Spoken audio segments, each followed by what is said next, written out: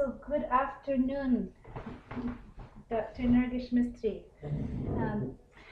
We are here interviewing you in Mumbai and looking forward to hearing about your life and celebrating who you are and your achievements.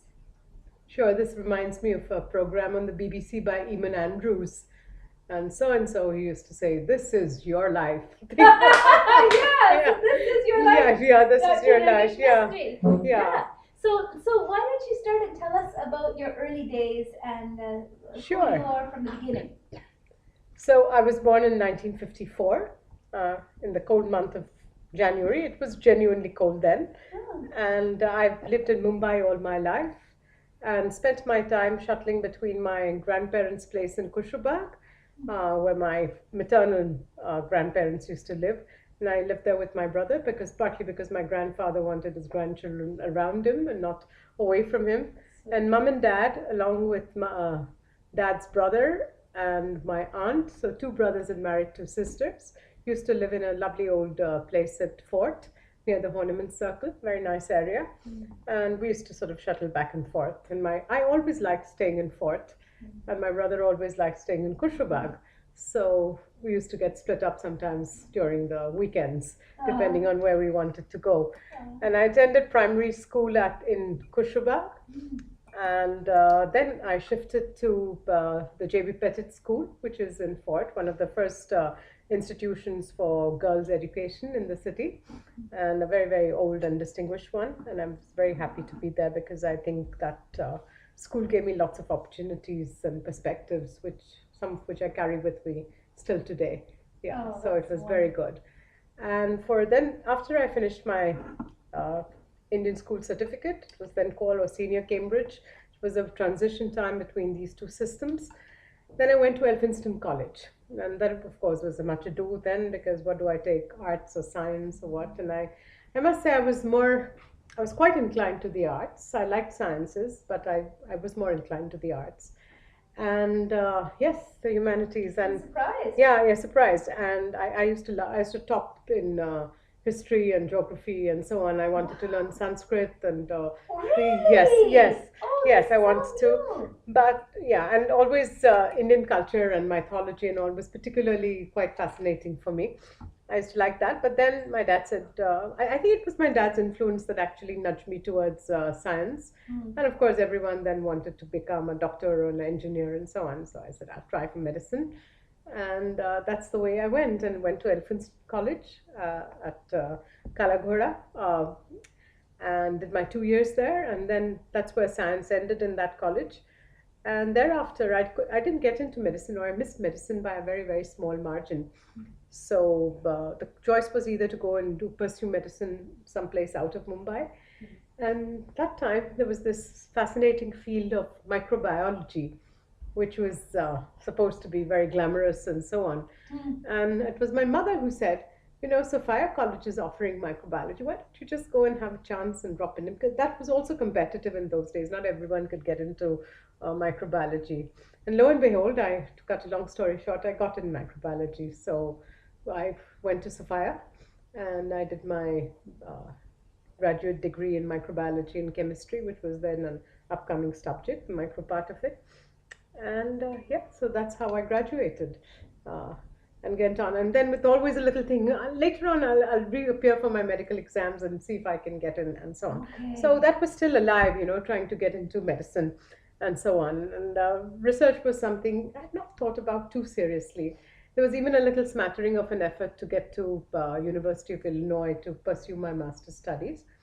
But then we started searching here for doing an opportunities for masters, and we happened to strike upon Dr. Antia at the Grant Medical College, and he was very well known then for his work in leprosy research and surgery and innovations, and my colleague Tinaz knew him very well. So we all sort of had a conspiracy to get all of us admitted into his organization, which was the Tata Department of Plastic Surgery, which he used to head in those days.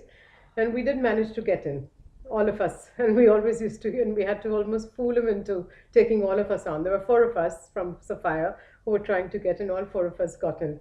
sort of thing, and Wow, that that's was very good. amazing. So finally, at the end of it all, Tanaz and I were the only ones who remained. The others dropped by and took on different careers, but we carried on. And then I became totally passionately into research. I did my master's in at the Grant Medical College in thermal injuries, studying them through immunological lenses. That's a subject I liked very much. Uh, Mm. and then once I finished and got my master's from Bombay University in that, then I went on to do another master's, and that was again Dr. Antia's encouragement. He said, "Why don't you do a master's in immunology at University of Birmingham in the UK?" And I've always wanted to do that, he said, but I didn't have a chance. So why don't you try it? It's a very good course. So I applied and I got in there, and I got all Fantastic. these huge number of Parsi scholarships to help me to meet the cost, because my dad said, I can give you this much, but the rest you'll have to raise. Of course, it was easy. I got far more than what was needed, and I spent Wow. brilliant 2 years in England, in Birmingham, doing my master's in medical immunology from the University of Birmingham. Mm. So yeah, that was a long time. Then I stayed back for nearly about 6 7 months, looking at all the laboratories there, doing leprosy research and so on. And then I moved back to Mumbai and joined Dr. Ante again and started my doctoral degree. I had an opportunity to do my doctoral work in England at the London Hospital Medical College in East London. But Dr. Antia, I think after the first thought said, no, no, no, I think you should come back and do your PhD here. So I came back to Mumbai and did my PhD under him Oh, as a guide, wow. yeah, Oh, in wow. on immunogenetics and leprosy. And yeah, I finished my PhD, and then I applied for a fellowship for a postdoc, and that was another opportunity. And it was a funny fellowship because you could sort of apply to any place in the world, and if they accepted you and you were accepted as a scholar, this was what was called the Heiser Fellowship. And so I managed to get into Norway, and I managed to get into Oxford. I had this choice: where do I go, Norway or so not Oxford, sorry, Harvard, Norway and Harvard. I said Wow, I dropped congratulations. Harvard because I Oh, wanted to see the Norwegian fjords thing, yeah, and oh, so America, I'll go there sometime. Everyone goes to the United States, so but I okay. want to see Norway, and so I Nice. opted for Norway, and I went to the University of Oslo, and I had the Mm. most fabulous time. And this was where I really got initiated into actually what was real life public health in practice, Mm. because the Scandinavian countries had all sorts Very of, strong. yeah, very strong in the public health, as you actually sort of see it in day to day life. For instance, children could wear only a certain type of fabric for their clothes, the other thing was completely priced off the range.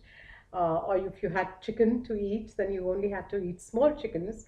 The fat, plumpy chickens were smuggled on from Sweden because the Indian community weren't very comfortable with these tiny little Norwegian skinny chickens that That's were there thing. that's So, hilarious. so that was that. So I think I learned about public health and got attracted to it. I think when I was in Norway, Okay. and then slowly, and of course, at that time, the foundation which Dr. Antia led, he had retired from Grant Medical College at that time, and Mm. was doing his work at the Foundation for Medical Research, in which I had done my doctoral degree. Okay. But there was also another foundation which he had started, the Foundation for Research in Community Health, Yeah. which was also in tandem working there in Mumbai at Worli.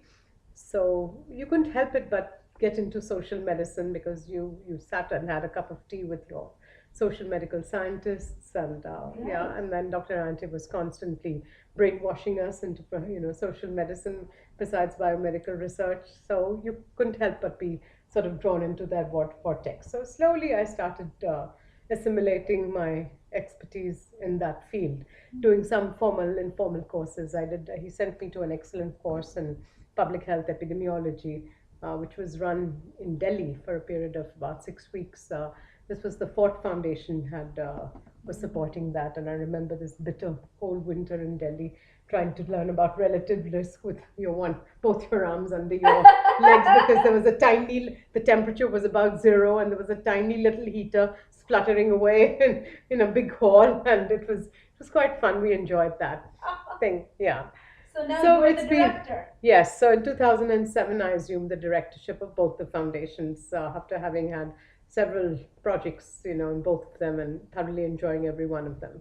Yeah. And you've published hundreds of academic your Well, I don't think articles? I've reached the three digits yet, but I think yes, if you sort of took the peer review as well as the informal ones, it would probably be about 150, yeah, Mm. publications. So I do have, and I like working on policy issues, and fortunately, I think the exposure to various issues in social medicine. I worked in the field of infectious disease. I've worked in maternal management. I've worked at developing health systems for non-communicable disease, and that's sort of given me a bird's eye view of the field of health in India, and particularly rural health is my specialty. And that's got me onto several committees in government where I can actually sort of help to form policy thing, which is very exciting, because it's a big impact of your work. If some of your ideas carry through and are adapted for the country, and if you feel that's going to be of help to the country, it's greatly satisfying. Yeah, Yes, so it's a fascinating field, and yes, there's so yes. much. And what I like about my thing is I'm positive, and I like learning even at this. So, whenever I go to conferences and all, and it really stirs me when somebody says something which I've been thinking about, and then you sort of start building on it. And there are many projects which I've built up that way through just vague ideas, and then it's fun. It's like a sculpture, sort of how you sort of sit, and it slowly starts taking shape, and you add a little bit here and a little bit here, and it's a form of a sculpturing a project, yeah, Yes, thing to do yes, that. And I think that's great fun, yes. and that's the same I feel even about writing. I like writing. I was always very good, as I told you, in the humanities, and English and so on was my pet. I loved writing, and which helps me a great deal because I can shoot off articles at a very, very rapid rate, and that I've seen as a big advantage for me. The others are struggling, I can sort of write easily. And Yeah. that writing too is a bit of sculpting, because you don't know, you just have an idea, and how do you put it down on paper in ways that people find it interesting. You can write, but you've got to write what's interesting for other people to read, and or tells a story in a very stirring way. And then how do you put it down? It sort of takes a little time to get that, and then you're writing it, and then the idea, and it's nice because it comes along. It comes along. The brain starts working in that way, and it becomes a form in its own self, sometimes totally unpredictable to what you had thought at the beginning. And as you Mm, write, something tells you what to write. Yeah, this and get that intuitive sense into, yeah, of emerges, sort of yes. emerging of how you need to take that article along, and then suddenly at one point in time, it's all clear how you need to do Yeah, it. Yeah, thing. beautiful. Yeah. So, Dr. Mistry, you're a very accomplished writer and thinker and policymaker and leader. Can you tell us about what it means to you to be Parsi and how this part of your life it shapes who you are? Yeah, so I think when we were just in our pre-Navjot days at Kushubak, there used to be a religious school every morning on Sundays. So from 9 to 11, where we were taught our Kasti prayers and so on.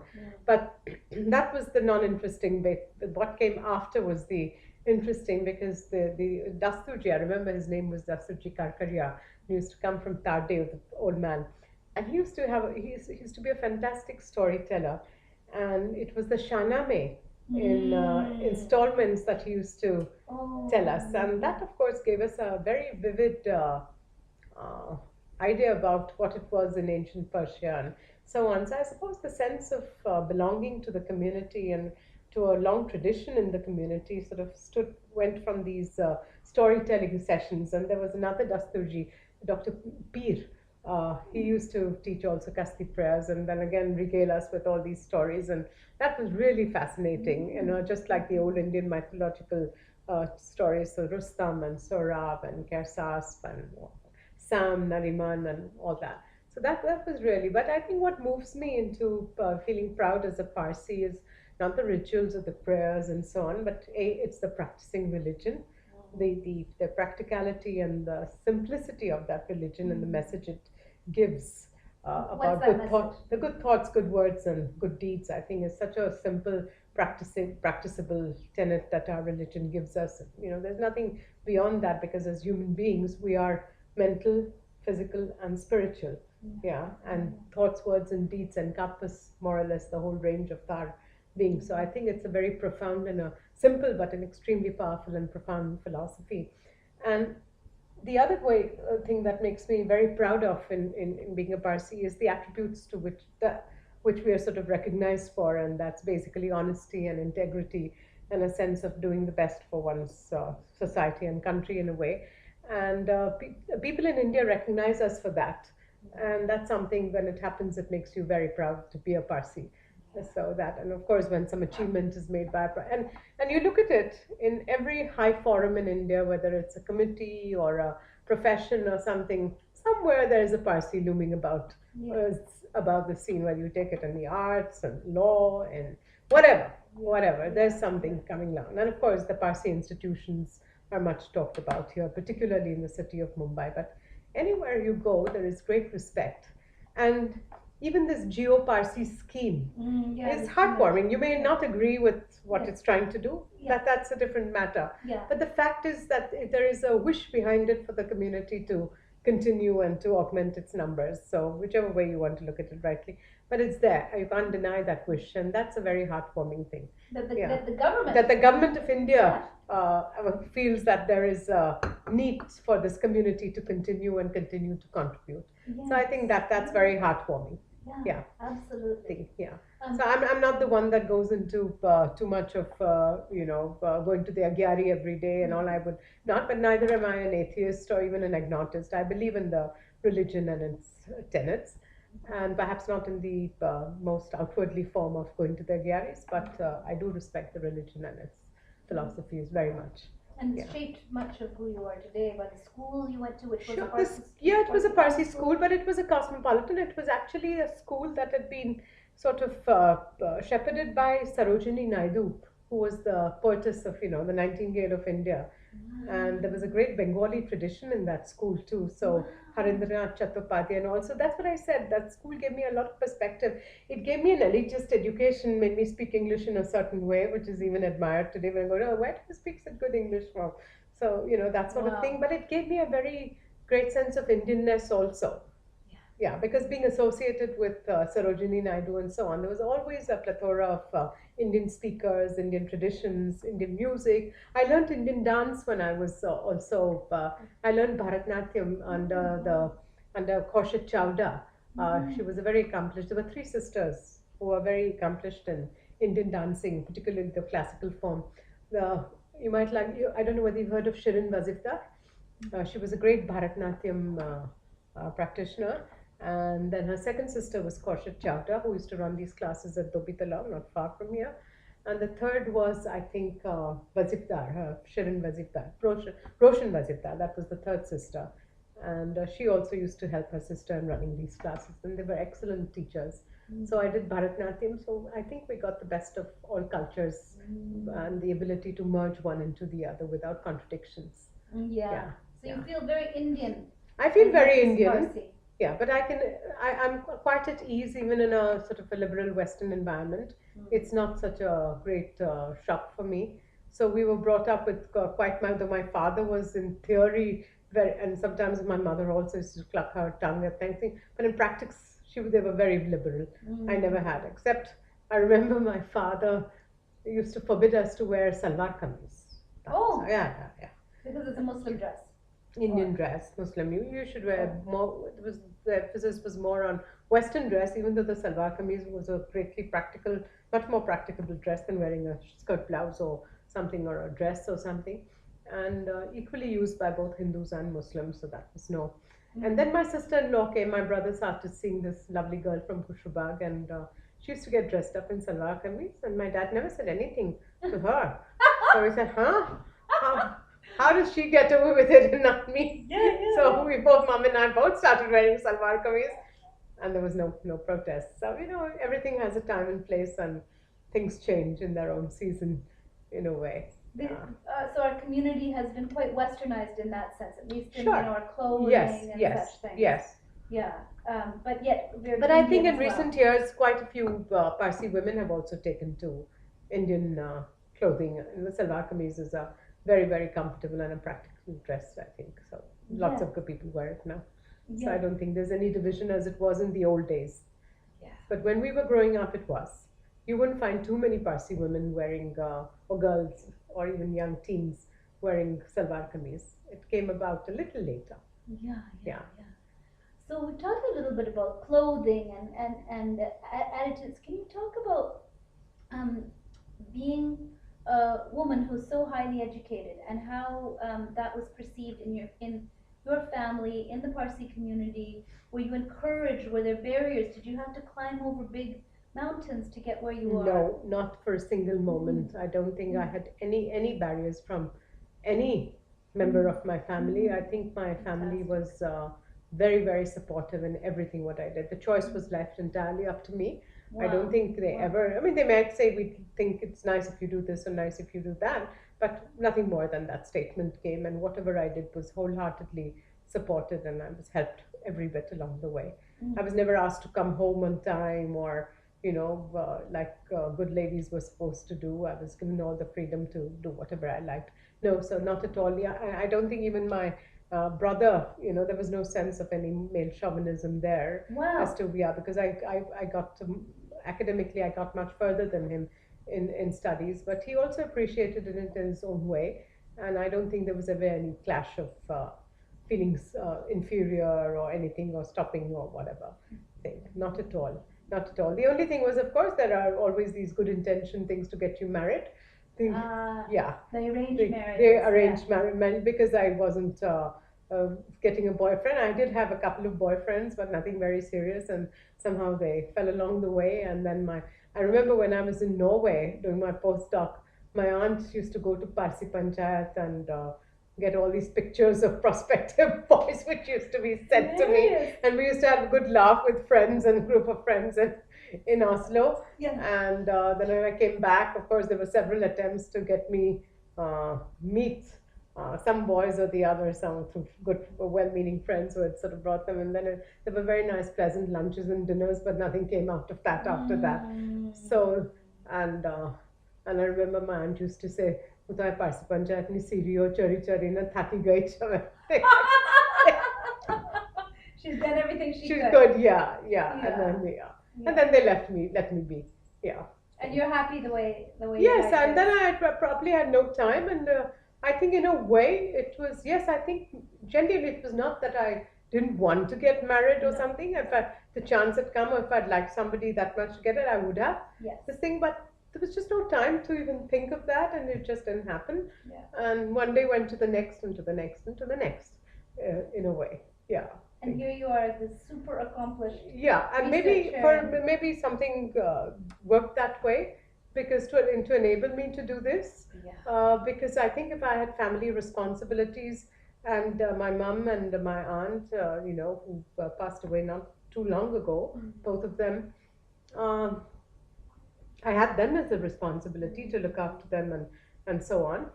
But they never sort of bound me in any way, or you have to come and they used to say if you want to go out, go away for a few days, do go away. Then what will you do at night? I would ask them, suppose you must have somebody with you. No, no, no, no, it's not necessary. We just close the door and go to sleep. Think, yeah. You were So always given a lot of freedom. lot of freedom, Yeah. lot of freedom. I know that not everyone is that lucky. I know of people who've been really pressurized by the families to spend more time at home and so on. Mm. But even when they were ill, I never felt the pressure that I had to be there or anything. Whatever you did was, whatever I could. That's the way they looked at it. They never pressurized me. Yeah, Wow, yeah, wow. It sounds like your family has had a tremendous influence on you up until very recently when you're yeah, taking care of yeah, mom and yeah. My Kaki. aunt, Kaki Masi, yeah, Kaki Masi, yeah, yeah. Yeah, yeah. yeah, So that's sure. been a central theme in your life is your closeness to That's your right. family. That's Yeah, right. yeah, That's right. yeah. So that was how it was. Lovely. So, Dr. Mistry, is there anything, any message that you would like to impart about the pearls of wisdom that you have learned along the way of this amazing journey in your life? I think it's nice to be useful to Mm. whatever you're doing and have a passion for what you're doing. Mhm. And if you really have that, just go for it. Mm, mm, Yeah, mm, mm, and life will sort of deal you an even hand then. and they let you do that. Because Mhm. if you don't have the passion, then it doesn't. Yeah. It doesn't. So I think life also reciprocates and gives you what you want if you really sort of go for it. Yeah. Yeah. Yeah, I think that's what I would sort of, that's what life has taught me. Think, and you have this little burning thing in your stomach. You've got to do it, you've got to do it. It comes about. Somehow things arrange themselves in a way that it happens. Maybe not to what extent or a form may be different, but it happens. Mhm. And then whatever happens, then I think it's important that you be satisfied with it and feel happy Mm. about it and not sort of have regrets along the way in it. And this one doesn't work out the way you want. Something else is there around the corner and you take it further. I think in my life I've never made two strong choices that, yeah, I like some things and I would like to go for it. But if I get handed out the alternative, like for instance, if it's medicine, I mean, I wouldn't sort of cry about it. Oh, I wanted to do medicine, but I couldn't do it. And you just have to do the best for whatever it gives out to you and do that. I think that's something that makes for a nice life, easy one anyway. And us Parsis are known for our adaptability. So you have exemplified that. Yes, I think this adaptability suggestion. is a great virtue. Yeah, yeah. Mhm. As long as it doesn't sort of bash you around, Right. a little bit Right. of little steel in the spine is also what's required. But together, if you can work out that balance of what you want and what's dished out, I think it's pretty good. And usually you come out on top then. I think, Mm-hmm. yeah. Yeah, beautiful. Okay. So, is there anything else that you would like to say about your life, about being a Parsi woman, about your work? Anything you'd like to say? Very happy to be Something? born a Parsi. Mm. Think Mm. it's been, and I feel very happy at seeing people talk about the dying numbers and so on. Mm. And I think in the end, it really doesn't matter whether you die as of the community dies out in that sense, as long as it upholds. Everything has a finite lifetime. We know in nature. Yeah, some go on for 3,000 years, or others may go on for 6,000 years. I don't think that's very much in our hand. Mm. But having said that, it's still very nice to hear about these little resurgent episodes of Zoroastrianism that you see in different parts of the globe. Seen in Europe recently. I came across a taxi man in Copenhagen when I was traveling, and I said, "What's your name?" So he says, "Iraj." Oh, okay. You know that name? I said, "Yeah, I think so." Where do you come from? I said, "India." Oh, you won't know about Zoroastrians. I said, "Wouldn't I?" So, so he said, "Yeah, what's your name?" I said, "My name is Nargis." But that's a Persian name. Then I told him all the background, and he was very very happy. And then he Sweet. told us about that. There is a great number of Zoroastrians in their community there. He says in Iran, I'm known as what did he say? Asan, huh? Asan. Oh. I have to, he said, but here to my friends, I'm known as Iraj. Thing, yeah. Oh. So I thought that was very sweet. And then in Norway, in Oslo, I'm driving somewhere with a friend, old friend, and suddenly on a four-story building, I see this huge Ashofar on the thing, and it said, "Long live Persia, good thoughts, good words, good deeds." It said that. I was so amazed to see that, you know. So touching. Yeah, so it was touching. And then there were some Kurds in Germany, and Nagyari is now open in Stockholm, the first Yes. thing, which some a friend of mine gave me the clipping of that, and a senior Parsi lady, very well known, Dr. Armaiti Desai, told me that next time you go to Sweden, you have to see that and report to us what you saw. So I said, "Yes, ma'am, I will." Think, yeah. Yeah. But yeah, I've also had, I think, what must be thankful for is for meeting a lot of interesting people. And that's one of life's gifts because, as I mean, it's not the house or a car or whatever, it's just interesting people that you meet. And I think that's a very profound gift of life, which not everyone has the good fortune of having. Or people meet, but they will probably don't recognize that, there's so much a person can give. So I'm very grateful to my family, but also people like Dr. Antia who mentored me uh, all through for so many years. I think I was with him for about what, 1975 to 2007, so it's nearly about almost Oh, no 30 odd years. Yes, that's right. So wow. So the yeah, so you're very mentor fortunate to have that much of a, such a long Oh, period of mentorship, and this whole thing phenomenal. of being able to multitask between different, this whole multidisciplinary outlook. I think that's an important thing. If you ask me what I found, the other thing which I found in life is not to just do or read things only what you are comfortable with. And you have to struggle to get into that wider thing. You may not understand 100% of all of that, but Yeah. if you can even grasp 10-20%, it greatly enriches your life and your understanding, and you'll learn about the other 80% sometime. I think, yeah. And those I are the think solutions to some of our biggest problems. absolutely, They come from absolutely. this It comes bigger from, way of seeing yeah, absolutely, solutions. absolutely. Yeah, yeah, That multidisciplinary thing, and this is what is lacking in the what I was talking about earlier about the public health education, and how they like just sitting in front of a computer and crunching whatever they think, but it's not that. It's the reading, it's the seeing, it's the experiences, and going beyond your traditional discipline to be able to try to understand things. That's what gives you that wholesome perspective yeah, of yeah, doing and being able to contribute in a much better way. yeah. Yeah. So stretching yourself. You have to stretch yourself. Yeah. Yeah. You can't be very too comfortable in just this is what is my, many people feel uncomfortable going beyond their disciplines, and the Yeah. today's speciality world makes you feel that you know what you're dabbling in things you don't understand. This is a risk you take hearing. Yes, yes, yes, Yeah, yes. but you have to dabble. And you're I willing think to take these you're risks. willing to take the risks, and of course you have to do it with wisdom, knowing fully well how much you really know. And so if you constantly introspect, you know that, and you don't get overconfident with this much knowledge of another field. But I think if you can hit that again, it's that balance. So the crucial word is that balance, to be able to go beyond. Yeah. Yeah.